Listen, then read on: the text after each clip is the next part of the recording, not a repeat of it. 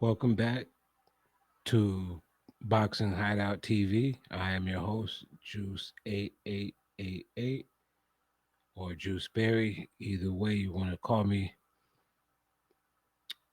either name, you're not wrong. Once again, this is Boxing Hideout TV, home of the ass whooping. And today we are going to discuss a serious issue. And this is the tomato can concentration camp that's been taking place in the country of Mexico for the last 30 to 40 years in the professional sport of boxing. I believe that Bob Arum is the ringleader of this circus, and others are catching on. Uh, Hopefully, enough of these Mexicans. Anyways, about to get into it, man. This is some serious stuff.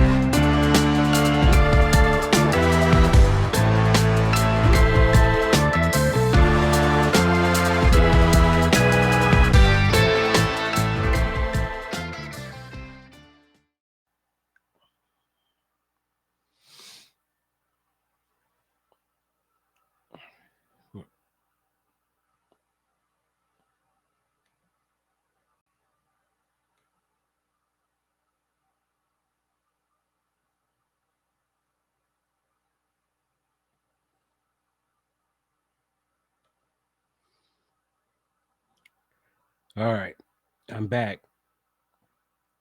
And once again, thank you for joining Boxing Hideout TV. I am your host, Juice8888, or Juice Berry, either one. You won't be wrong calling me either.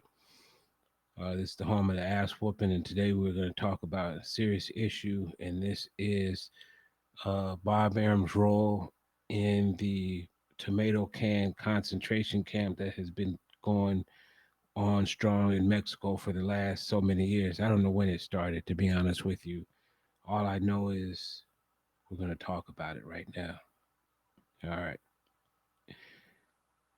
During doing research on resumes of certain fighters and things like that, I started noticing a trend, and the trend is simply this: uh, the first 10 to 15 fights of a prospect's career, go to their resume. I don't care who it is. It could be Sugar Ray Leonard. It could be another Mexican fighter. It doesn't matter who it is. Go look at who their first 10 to 15 fights are. And this is no joke. It'll always be 75% bums. Not just any bums, Mexican bums. I don't know how they manufacture this. I don't know how they came about this theory that you can go and just whoop on these dudes and that's the end of it. Your resume is built. We know you're tough because you had to fight through a storm of dudes with losing records who came forward and threw punches hard. I don't know what it does to build your career up, but your confidence, I guess.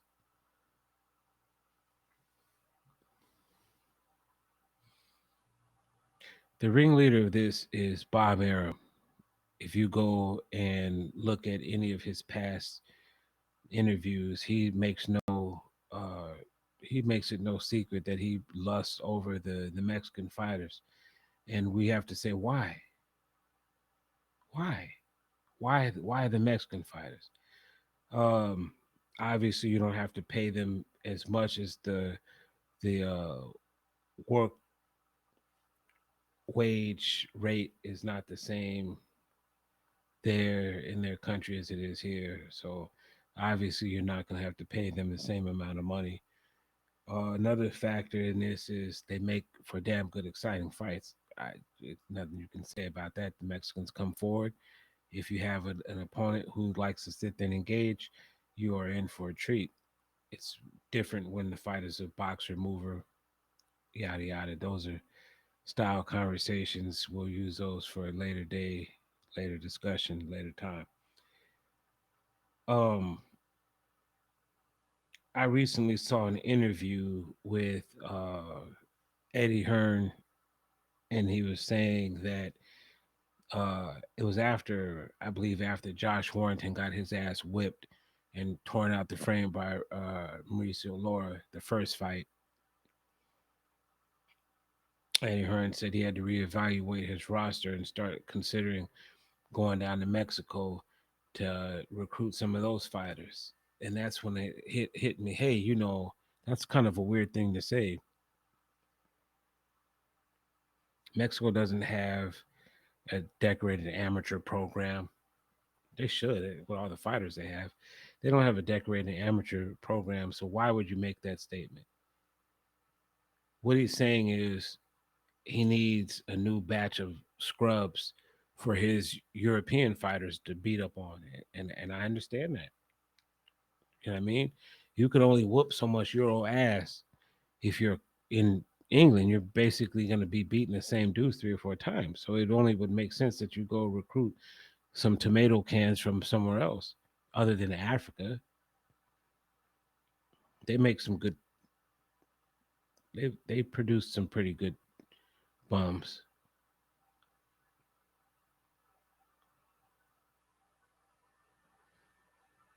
I don't know how they get away with this. It doesn't seem to make sense. I want you to take a look at the logic of this. Look at the logic of this. There's gyms in every city. How did they get so many 3 and 4 dudes there to perform? Where they come from? How come they don't have no other race or culture has willing participants ready to get in there and get their ass whooped for a couple bucks? And this is not a diss to the fighters themselves. They are who they are. You see these records: 3 wins and 6 losses, 0 wins, 1 loss, 0 win, 2 losses.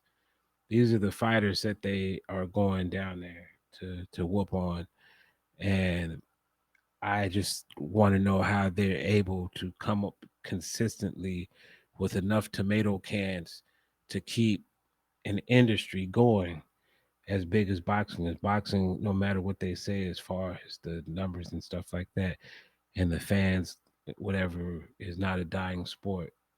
That once again will be a later discussion, a later topic. I'm going to get into the propaganda that surrounds this notion that boxing is dead. It's dead only until a real fight comes along.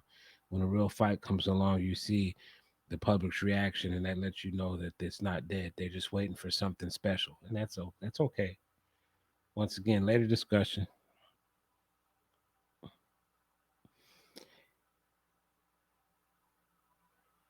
I remember Roy Jones lost probably like his 7th fight or 6th fight.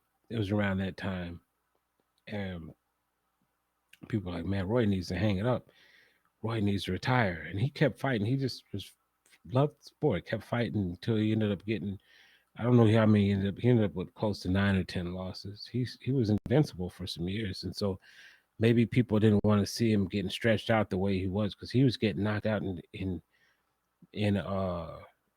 textbook fashion. You know what I mean? You would see him sometimes slumped over, sometimes knocked out, leg on top of each other. He had great knockout posture.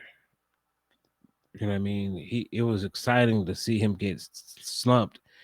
Not because I was it saddened me because I was a fan of Roy's, but it was exciting to see because he, you know what I mean, he had the motions. Like he'd sometimes be on his back. You know what I mean? Sometimes he's on his knees. You know what I mean?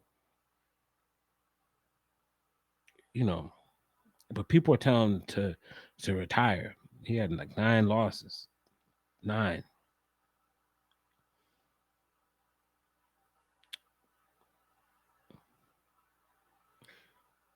You see the other day, what's his name? Kiko Martinez. You see, God, I hope I said his name right. I hope it's Kiko Martinez, whatever his name is, man. That motherfucker whooped Kid Galahad's ass, knocked him out. 2 shots too. It was beautiful. It was like it's beautiful. He has 10 losses on his record. Someone may have told him to retire. I'm sure they is someone. Hey, you need to retire, whatever the case may be. But in his head, he said, "I got championship left in me. I got another championship home run punch left in me," and he believed in himself. And even with his 10 losses, he still stretched that boy out. It was beautiful, beautiful punches. Laid him out nicely.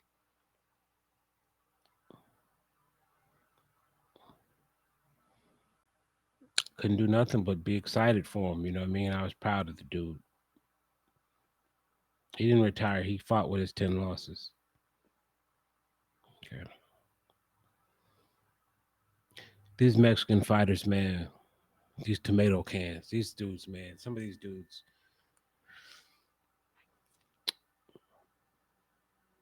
10 wins, 19 losses.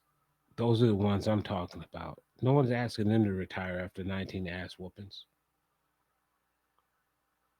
because they didn't have the prestige, the accolades. And so no one says, I just can't stand to see Lupe Contreras get knocked out again. He needs to retire. They don't tell tomato cans to retire. They're used as sacrificial lambs to get working for real fighters. Okay, they're almost equal to human heavy bags. Once again, this movement is led by Bob Arum, and it will be the wave of the future unless these Mexicans continue to. They're going to have to continue to knock out these European fighters. Let Eddie Hearn and Bob Arum know, man, ain't nothing sweet around here. Whoop their ass and whoop it the right way. And so far, so good, man. They've been doing their thing. You see, Kiko Martinez, he's not Mexican, but you know what I mean? He beat some Euro ass. Mauricio Lara, Andrew Ruiz.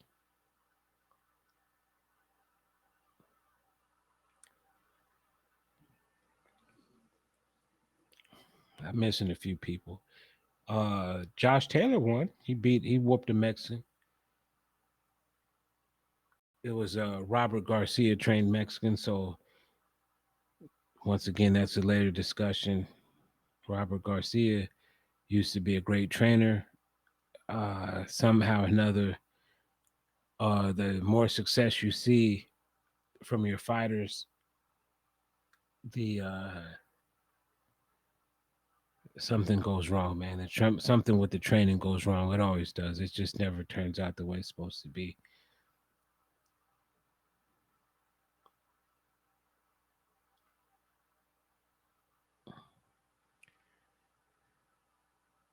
Hmm.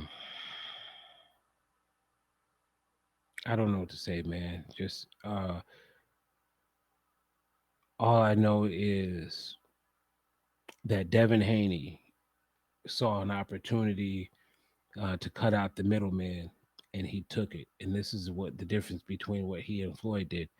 Floyd fought the same Tijuana cab drivers that Devin Haney did. Maybe not the same exact person, literally, but he fought the same bums. If you look at Floyd's first few fights, he was fighting cab drivers and he was knocking them out and he was whooping their ass the right way. Nothing wrong with that. Nothing wrong with that at all. You whoop their ass the right way. What Devin Haney and Bill Haney did was almost equal to what Denzel Washington did on American Gangster, when he went to Vietnam to cut out the middleman himself. So he said, "I'm gonna go there and I'm gonna get my own drugs straight from the factory, and I don't have to deal with anyone because I have the best prices, best product for the lowest price." Nothing wrong with it. Devin Haney and his team did the same thing. They said, "We're going to cut out the middleman. We're not going to have Bob Arum. We're going to get Devin Haney Promotions and Productions, whatever it's called. No diss to them." And they opened up their business and they said, "We're going to go start his career by giving him a trip to Mexico where he can get some work in." Now, from what I hear, there were some fights where he shouldn't have got the nod, but he did anyways. That might be because of the payoffs by his dad. That's another discussion, another time, another day, another topic. Okay. Him going across the country to whoop Mexican ass is now going to be the trend. Okay. Because other people are going to mimic it. What is the name of the little high school kid that beat Tank's ass, went to Mayweather's gym and beat down Tank? The little high school kid. I can't remember his name. Whatever it was, he did the same thing. Actually, I'm gonna find out that kid's name because he's interesting.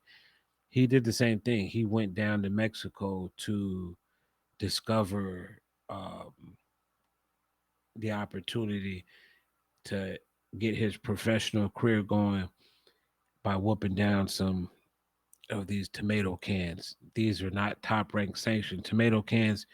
These are dudes that they went down there and arranged these fights for themselves.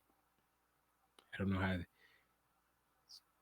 it's creative, innovative, and I like it. It's a very solid move. But alienating the establishment here makes it hard for Devin Haney to get fights with the promoters here. And it makes sense. Once again, I've said this before as a promoter, I have all these fighters who can I have all these fighters who can fight themselves and be part of my stable. I get 30% of each fighter's purse mandatory.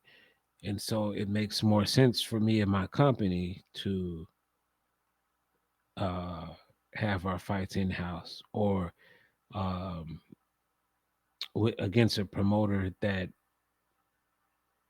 I can negotiate with. Okay, he top ranked. They negotiate with the zone. Eddie Hearn and them. They have no issues negotiating with them. Nothing wrong with that. Okay, but Devin Haney is a maverick. You know what I mean? Just a dude, just a renegade dude, just come in on his own, saying, "I'm gonna whoop your whole stable and I'm gonna get paid the most out of it because I own my own company." The company is like, "Okay, go ahead, whoop their ass. How you gonna do it without me sanctioning the fight, without paying for the advertising, the marketing, and all the stuff that goes into throwing a big event like this? Where's the money for this?" Devin Haney doesn't generate enough money to justify the the scale of the event itself. So the event's gonna be $10 million. Devin Haney doesn't generate in the millions. No one really knows who he is other than his social following. Once again, different discussion, different day, different time.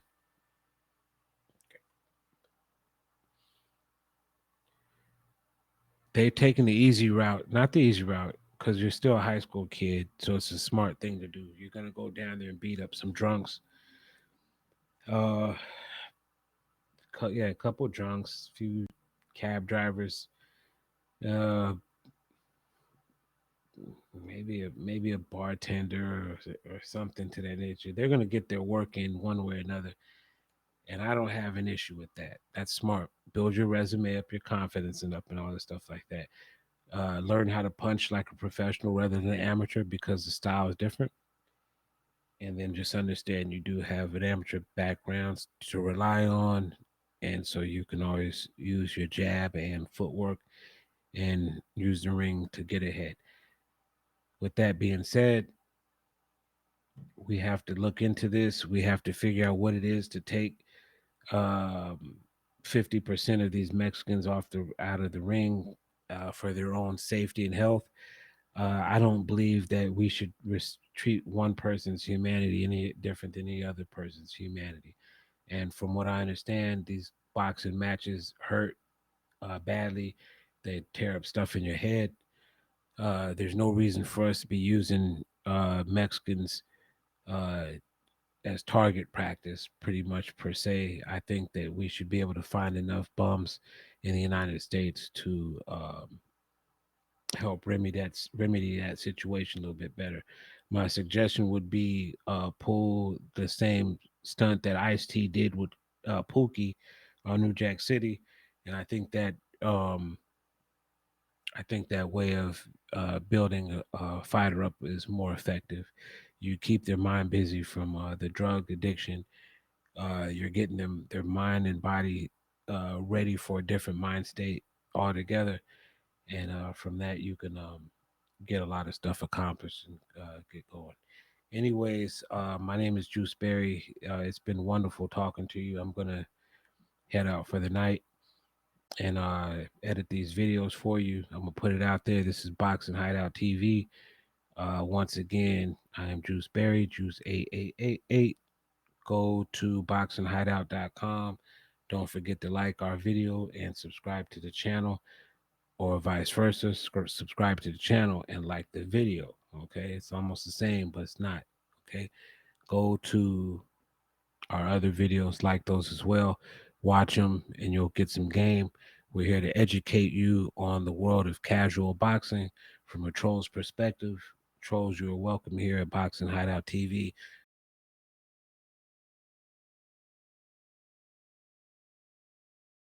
Once again, I'm Juice, and so you will be seeing us quite a bit. Here we go.